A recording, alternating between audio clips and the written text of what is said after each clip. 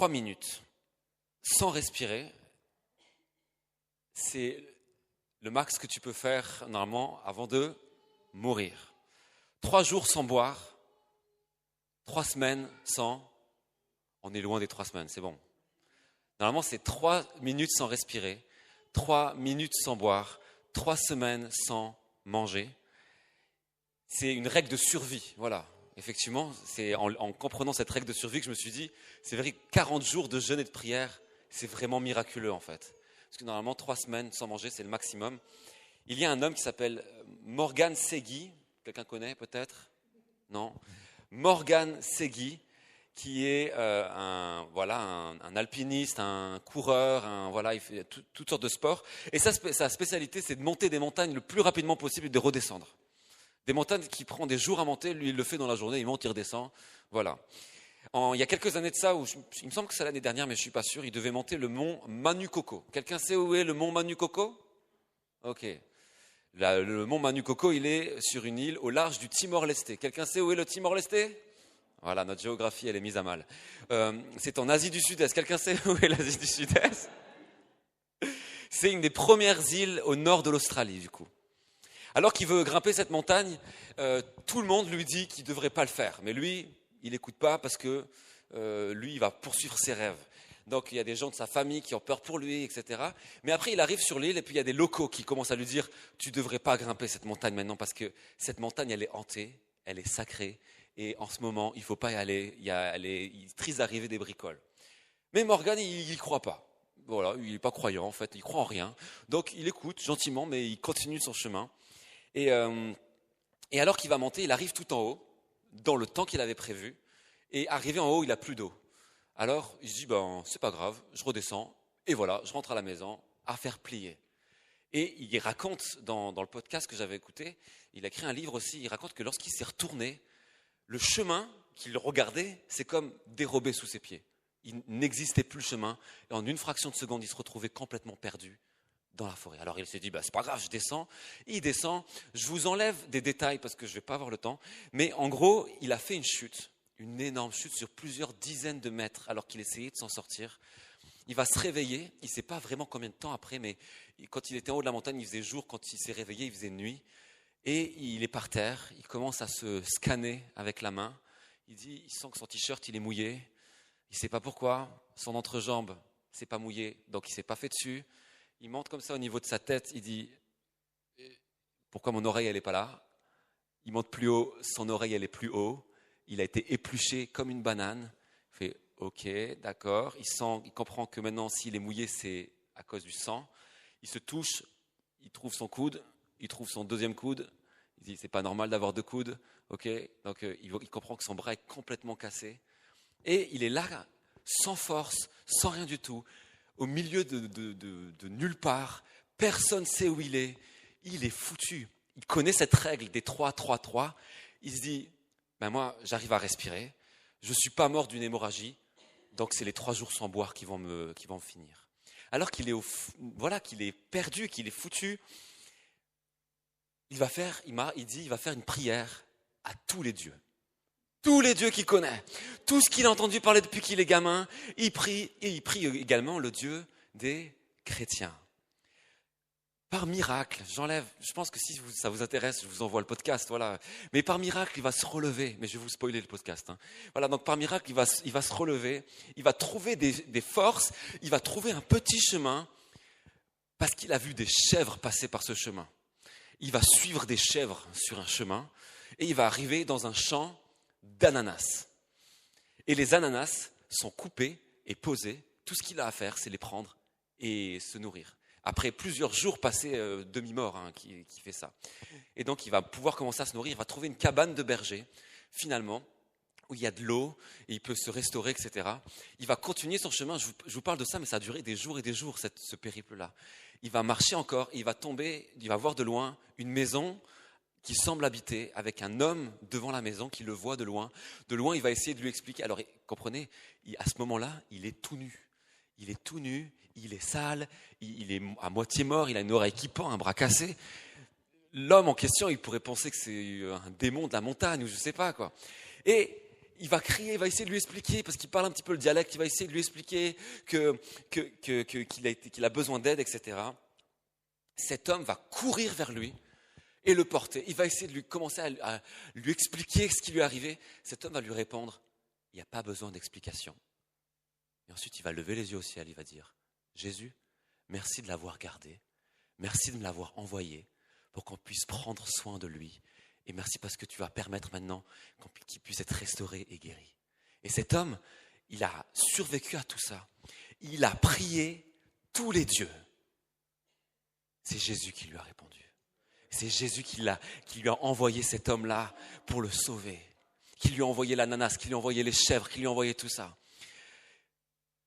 Si Jésus, il entend les prières d'un non-croyant, qui prie tous les dieux, est-ce que tu ne penses pas qu'il entend les tiennes? Dieu entend tes prières. Dans Psaume 65, au verset 3, David va dire, « Ô toi qui écoutes la prière ». Dieu écoute, il ne fait pas que l'entendre, il l'écoute, ça veut dire qu'il prête l'oreille, il agit. « Ô toi qui écoutes la prière, tous les hommes viendront à toi ». Comment ne pas prier un Dieu qui répond à tes prières? Qui écoute tes prières, Dieu de l'univers, qui entend ta prière. Dans 1 Thessaloniciens 5, verset 17, vous savez ce qu'il est écrit? Quelqu'un là? Priez sans cesse. C'est un verset très court, facile à retenir. Priez sans cesse. Question. Pries-tu sans cesse? Sans cesse, sans t'arrêter. Est-ce que tu pries continuellement? Paul nous dit, comme une injonction, comme un ordre, quelque part, il va dire, priez sans vous arrêter. Est-ce qu'on obéit à la parole de Dieu? Priez sans cesse. Mon premier point. Est-ce qu'il y a une chose que tu fais sans cesse aujourd'hui? Respirer. Respirer. 3 minutes sans respirer, c'est le maximum, après tu meurs. Est-ce que tu meurs pas après 3 minutes sans prier? 3 minutes sans respirer. Paul nous demande de prier autant qu'on respire. Alors est-ce que c'est seulement possible de faire ça? Il y a des personnes sur cette terre, malheureusement, qui n'arrivent pas à respirer par elles-mêmes. Elles ont besoin de quoi? D'une assistance respiratoire. C'est-à-dire que s'il n'y a pas cette assistance respiratoire, elles meurent. Elles ne peuvent pas respirer par elles-mêmes. Est-ce que ces personnes sont vivantes? Ces personnes sont vivantes. Est-ce qu'il y a un problème? Évidemment qu'il y a un problème. Tout ne va pas bien pourtant. Mais elles sont vivantes. Il y a un appareil qui les fait respirer. Et souvent dans ces cas-là, alors ça peut être suite à un accident, ça peut être aussi à la naissance, mais c'est souvent suite à un accident. Et alors ces personnes-là, qui ne savent plus respirer par elles-mêmes, elles vont passer par un chemin souvent de rééducation, pour réapprendre, parce que l'objectif, c'est pas de rester connecté à la machine jusqu'à la mort, c'est de réapprendre à respirer par soi-même. Beaucoup de chrétiens, de disciples de Jésus, sont sous prière artificielle. Ils ne prient pas d'eux-mêmes. Ils ne respirent pas d'eux-mêmes. Ils ont besoin qu'on les encourage à prier. Priez maintenant, faites cette prière maintenant, faites cette prière maintenant. Est-ce que ces chrétiens sont vivants? Mais ces chrétiens sont vivants. Est-ce qu'ils respirent quand même? Ils respirent. Est-ce qu'ils ont donné leur vie au Seigneur? Ils ont donné leur vie au Seigneur. Mais ils ne respirent pas d'eux-mêmes. La prière, c'est la respiration du disciple. C'est la respiration du chrétien, c'est de prier. Et autant ta respiration est naturelle, autant la prière doit être naturelle. Et si elle ne l'est pas, ça ne veut pas dire que tu es mort, mais ça ne veut pas dire que tu vas bien non plus. Ça veut dire que tu as besoin d'une rééducation.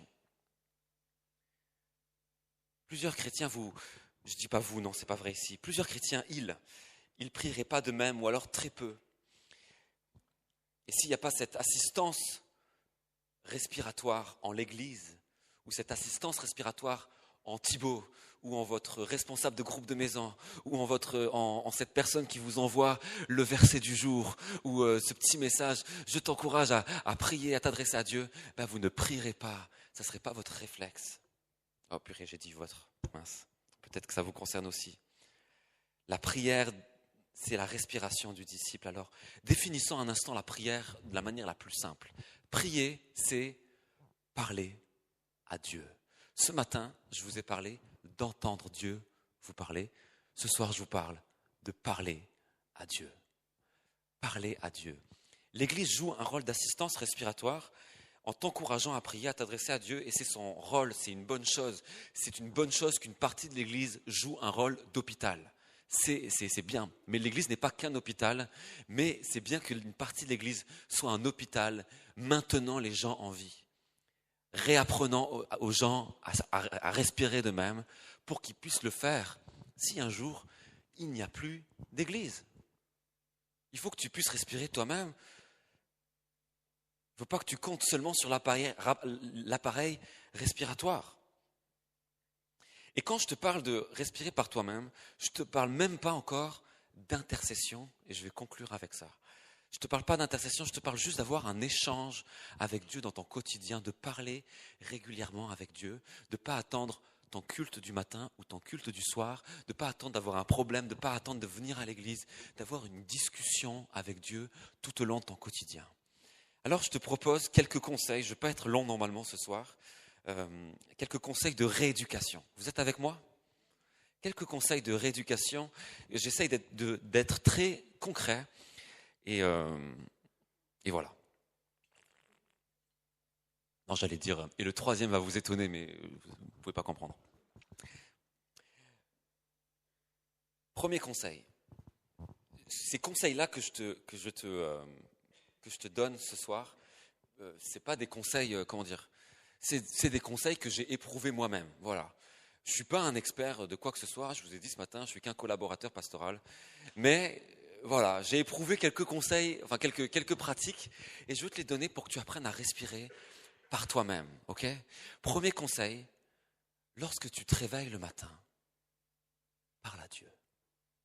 Parle à Dieu. Je ne t'ai pas dit, quand tu te réveilles le matin, isole-toi 45 minutes pour faire une étude approfondie de la parole et prier pendant encore 45 minutes sur tous tes sujets que tu as. Tu n'as pas ce temps, je le sais, ok ? Et si tu as ce temps, alors prends-le et tu verras, l'église, elle va décoller de ouf, tu vois. Mais si tu n'as pas ce temps, c'est pas un problème. Il y a beaucoup trop de personnes qui se réveillent et la première chose qu'elles font, c'est quoi ? Non. Vraiment. Toi peut-être, mais ne nous parle pas de manger maintenant. La plupart des personnes se réveillent et checkent leur téléphone, leurs messages, leurs mails, leurs réseaux, Insta, Snap, etc. Moi, je check mes messages assez tôt dans la matinée, mais je refuse que ça soit à mes messages, à mon téléphone que je donne mes premières pensées. Et ce n'est pas non plus, alors pas tout le temps, mais ce n'est pas non plus à ma femme ou à mes filles que je veux donner mes premières pensées. Mes premières pensées sont pour Dieu. Et c'est pas long, hein. Je vous parle pas, même pas de 10 minutes, même pas de 5 minutes. Je vous parle de vous réveiller le matin et de commencer votre journée en disant « Merci Seigneur, parce que je suis encore vivant. Merci Seigneur, parce que tu m'as permis de dormir. Merci Seigneur, parce que tu me permets d'avoir ce travail. Merci parce que je me réveille à côté de mon épouse. Merci parce que j'ai un grand lit où il n'y a personne d'autre que moi. Peu importe, tu vois, mais tu dis merci pour quelque chose. Tu commences ta journée en parlant à Dieu.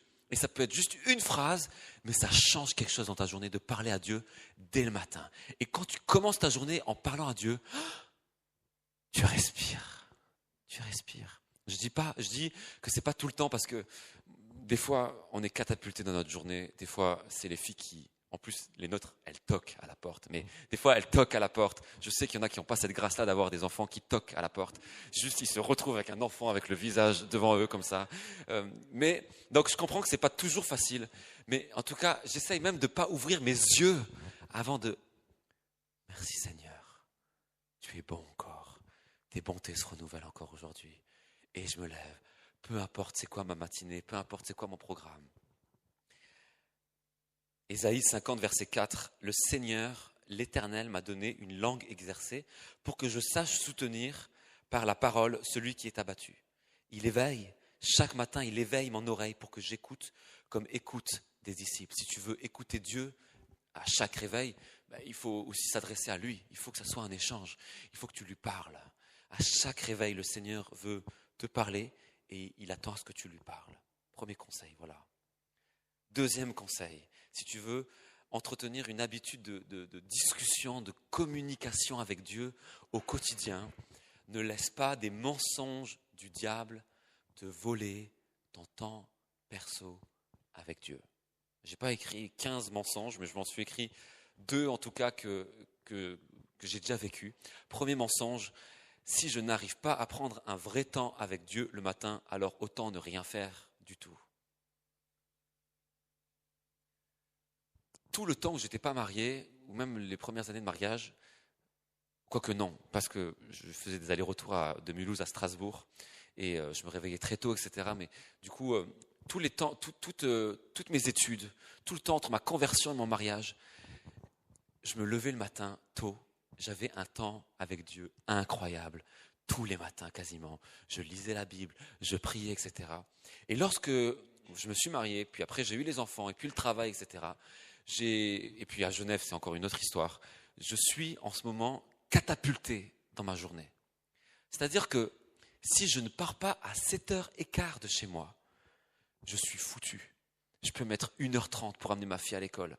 Et si je pars à 7h15, alors ça peut mettre 35-40 minutes. C'est le court temps, quoi. Donc, dans un contexte comme ça, je ne peux pas prendre un temps profond avec Dieu dès le matin. Dès le matin, je me lève, je parle à Dieu, merci Seigneur. Et on se prépare et on part.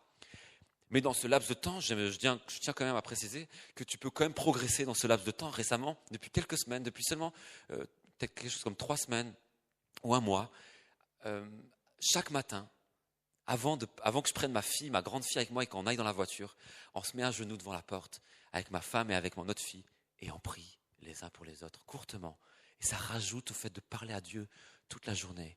Après, ma fille dans la voiture, elle veut écouter des petits loups ou la Reine des Neiges. Je lui dis, ok, mais d'abord on écoute 3 louanges. Je dois négocier avec elle. Mais moi, je suis un meilleur négociateur qu'elle et elle ne sait pas que je peux choisir des louanges qui durent 8 minutes, tu vois. Yeshua, tu vois, il dure 9 minutes, ok. Bref, c'est autre chose. Donc, il y a des trucs comme ça que tu peux mettre en place, mais il faut que ça soit, comme j'ai dit ce matin, c'est des choses que tu dois mettre intentionnellement pour parler à Dieu. On écoute la louange avec ma fille, et puis après, on prie encore dans la voiture avant de mettre ces petits loups et la Reine des Neiges. Et puis moi, pendant que je fais ça, moi, à chaque feu, je suis en train de répondre à des messages, à envoyer des trucs, etc. Mais j'attends qu'une seule chose, c'est de pouvoir prendre mon temps avec Dieu. C'est pas parce que je n'ai pas pris mon temps avec Dieu à la maison avant que ma journée commence que c'est foutu pour autant. Moi, je trouve ça, dans mon idéal de vie, c'est le moment le meilleur, c'est le matin en me réveillant. Mais apparemment, en ce moment, c'est pas possible. Alors, il y a eu des moments, j'ai pris mon temps avec Dieu dans le train. Mais je veux que ça soit profond quand même. Il y a des moments, je ne pouvais pas le prendre dans le train. Alors, je l'ai pris au travail en arrivant. Avant de pointer, je prenais mon temps avec Dieu. Mais ça dépend du travail, ça dépend des circonstances, etc. Mais peut-être que ce n'est pas le matin, alors c'est le soir. Peut-être que tu ne peux pas prendre un truc tous les jours, de la même manière tous les jours, mais peut-être que tu peux prendre un certain temps tous les jours, peut-être 10 minutes, mais de temps en temps, tu dis à Dieu, ok, moi je te réserve une soirée. Des fois, je dis à ma femme, ce soir, on n'a rien de prévu, mais moi j'ai besoin de prendre du temps avec Dieu. J'ai besoin de prier en fait, j'ai besoin de chercher la face de Dieu, et elle me laisse. Et puis aussi, je la laisse, et c'est comme ça qu'on entretient aussi une relation profonde avec Dieu, et aussi qu'on entretient une relation profonde dans le couple. Amen. Voilà. Si tu n'arrives pas à le faire dès le réveil, il y a plein d'occasions. Ne te laisse pas voler ce temps. Ce temps, il est hyper important. Ton temps personnel avec Dieu, il est hyper important. Deuxième mensonge qui va un petit peu avec le premier, mais plus large, c'est le mensonge qui va après, c'est « je n'ai pas le temps de passer du temps avec Dieu ». De prier, de lire la Bible, ça c'est aussi un mensonge du diable. C'est complètement faux. C'est jamais une question de temps, c'est toujours une question de priorité. On a le même temps, les amis. On a le même temps, on a le même nombre d'heures dans la journée, on n'a pas tous le même besoin de sommeil, mais grosso modo, ça s'équilibre. Et on a le même nombre de semaines dans l'année. Ce n'est pas une question de temps, c'est une question de priorité. Si tu ne priorises pas ton temps avec Dieu, ton cœur va s'éloigner de son cœur. Et si ton objectif de vie, c'est d'avoir une vie qui s'aligne avec Dieu, tu veux marcher avec Dieu, ben c'est pas en ne passant pas du temps avec lui que ça va arriver.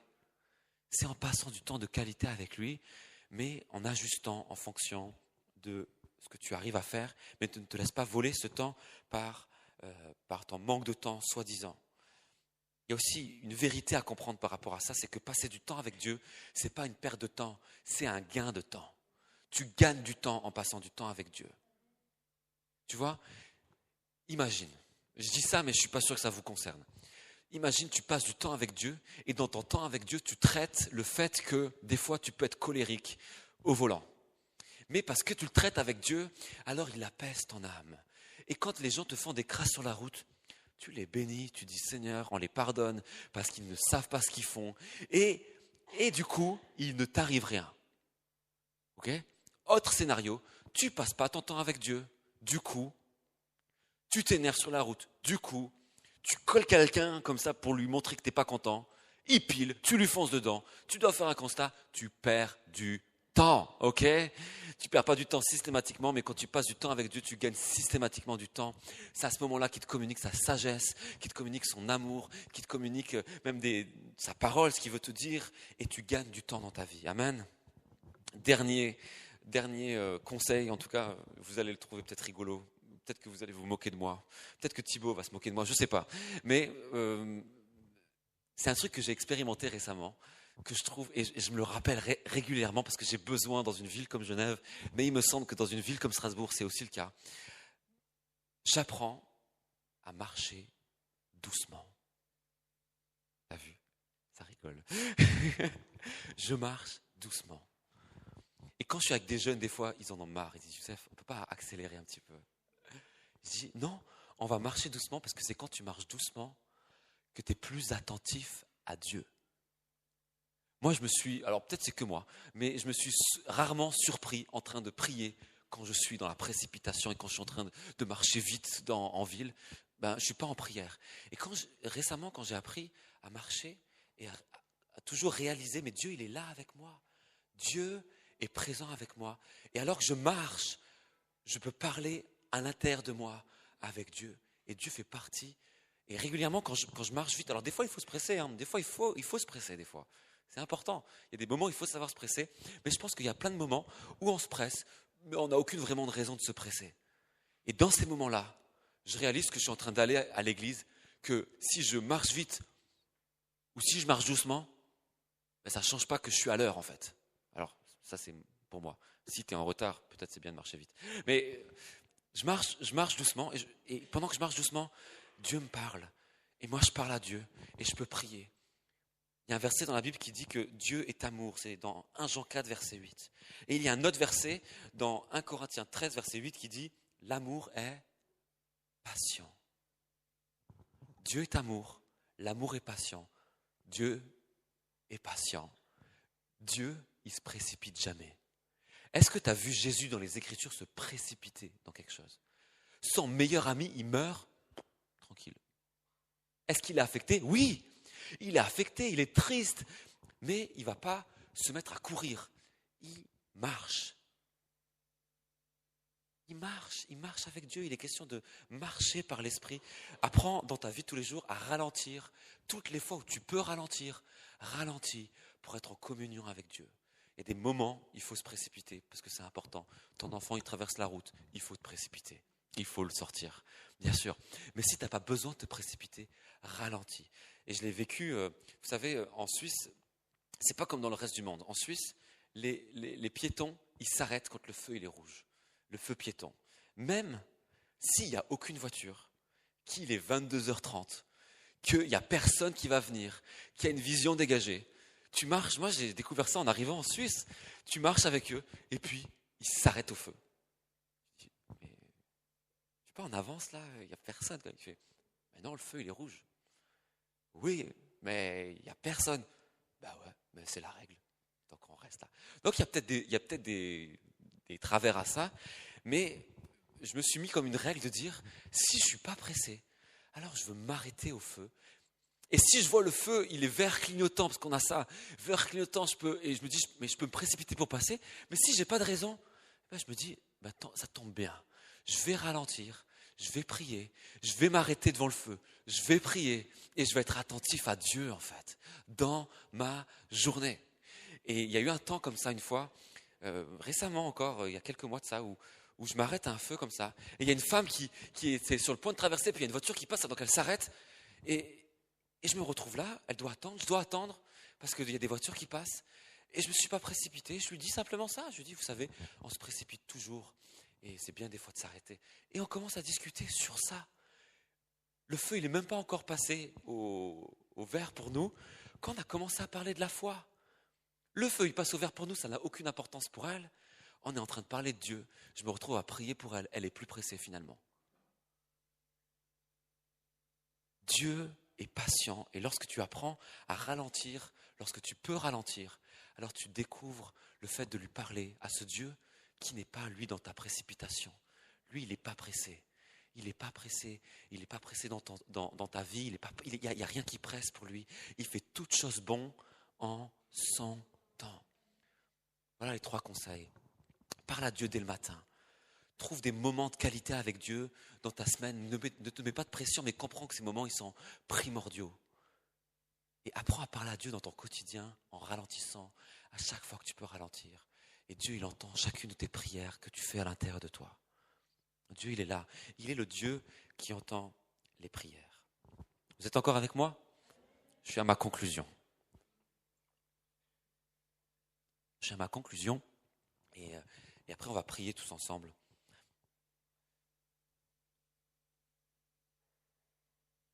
En 2014, j'avais 19 ans et je suis parti au Tchad pour un voyage introduction à la mission pendant 2 semaines. Et je ne sais pas si vous savez, mais en Europe, on n'est vraiment pas des bons prieurs. Tu confirmes, Thibaut? Il y a des endroits dans le monde, c'est des marathoniens de la prière. En Corée, c'est incroyable. En Afrique, c'est des prieurs de fous. En Amérique latine, ils savent prier. Ils savent intercéder longtemps. Ils savent plier le genou longtemps. En Europe, on doit apprendre. Et au Tchad, j'ai découvert ça à 19 ans. C'était une base missionnaire qui faisait plein de trucs, voilà, hôpital, évangélisation, plein de choses comme ça. Et ils avaient une école dans la base missionnaire, mais elle devenait trop petite. Alors, ils étaient en train de construire une école plus grande sur un terrain juste à côté qu'ils avaient acheté. Ok ? Ils avaient acheté ce terrain, ils avaient signé le contrat au maire du village, et il y avait un chef militaire juste à côté qui disait « c'est mon terrain celui-là, parce que moi, je l'ai acheté oralement ». Alors peut-être que ça peut te sembler bizarre, mais dans son contexte culturel, qu'il l'ait acheté oralement ou que tu l'aies acheté avec un papier, ça n'a absolument pas, il n'y a pas de priorité, il n'y a pas de hiérarchisation. Sa parole, elle vaut aussi bien que ton papier signé. C'est la même chose. Et alors, tu dis, oui, d'accord, nous on construit, on s'en fout. Sauf que non, parce que lui, c'est un chef militaire dans un pays corrompu. Alors, il menaçait les ouvriers, il les disait, mais je vais vous tuer. Et ce n'est pas des paroles en l'air. Parce que s'il tue un ouvrier, il sera menacé par personne. Il n'y a personne qui va venir vers lui. Il est chef militaire, il n'y a personne qui va le chercher derrière. Il ne sera jamais condamné. Alors, le chef de la mission devait avoir une rencontre avec le maire et avec ce chef militaire le lendemain avec le maire. Voilà, ils devaient avoir une rencontre tous les 3, chef militaire, chef de la mission et le maire du village. Et ils devaient avoir la rencontre le lendemain, ils nous ont demandé de prier. Nous, les Occidentaux, on a prié. On a prié 20 minutes, quoi. On s'est rassemblés, on a prié, et puis après on va qu'à nos occupations. De toute façon, on n'est même pas concernés par ça. Ils veulent tuer les ouvriers, ils veulent pas nous tuer nous. Ils vont pas tuer des Français en Afrique. Ils se tirent une balle dans le pied, quoi. Donc, voilà, nous on prie, on s'en concernés moyens, et puis les gens de la base, ils ont prié toute la nuit, sans arrêt, en demandant une chose particulière à Dieu. Ils ont dit à Dieu, permet que demain, pendant la rencontre entre le maire, le chef militaire et le chef de la mission, le langage et la pensée du chef militaire, elle soit confuse. Et c'est ce que Dieu a fait. Il est arrivé, il savait, j'étais pas là, on me l'a raconté, il savait plus qu'est-ce qu'il voulait. Le terrain, pas le terrain, il a acheté quand, etc. Il n'avait plus aucune idée de ce qu'il voulait. Il a laissé. Il a laissé. Des années plus tard, j'ai reçu le témoignage qu'il a mis ses enfants dans l'école chrétienne en question. Ils ont prié toute la nuit. Je vous ai dit que la prière au quotidien, c'est la respiration du disciple. Mais si tu es sous respirateur artificiel, est-ce que tu peux courir un marathon? Si tu es sous respirateur, si tu as du mal à respirer dans ta vie de tous les jours, est-ce que vraiment tu peux dire je vais monter une montagne? Non. Si tu as des problèmes respiratoires, tu ne peux pas faire du sport comme tu le voudrais, c'est normal. Mais si tu ne respires pas comme devrait respirer un disciple normalement, en priant quotidiennement, en ayant cette discussion avec Dieu, alors c'est normal que tu galères à intercéder lorsqu'il y a des sujets qui sont importants, à te positionner devant Dieu et à persévérer, malgré la fatigue, malgré la faim, malgré tout ça, de dire mais non, mais il y a des sujets, il faut qu'on prie, il faut qu'on intercède, il faut qu'on voit l'œuvre de Dieu, il faut qu'on voit la main de Dieu agir là-dedans, il faut que Dieu intervienne, parce que s'il n'intervient pas, on est foutu, et tu auras du mal à prier pour ça, si tu ne sais pas respirer naturellement.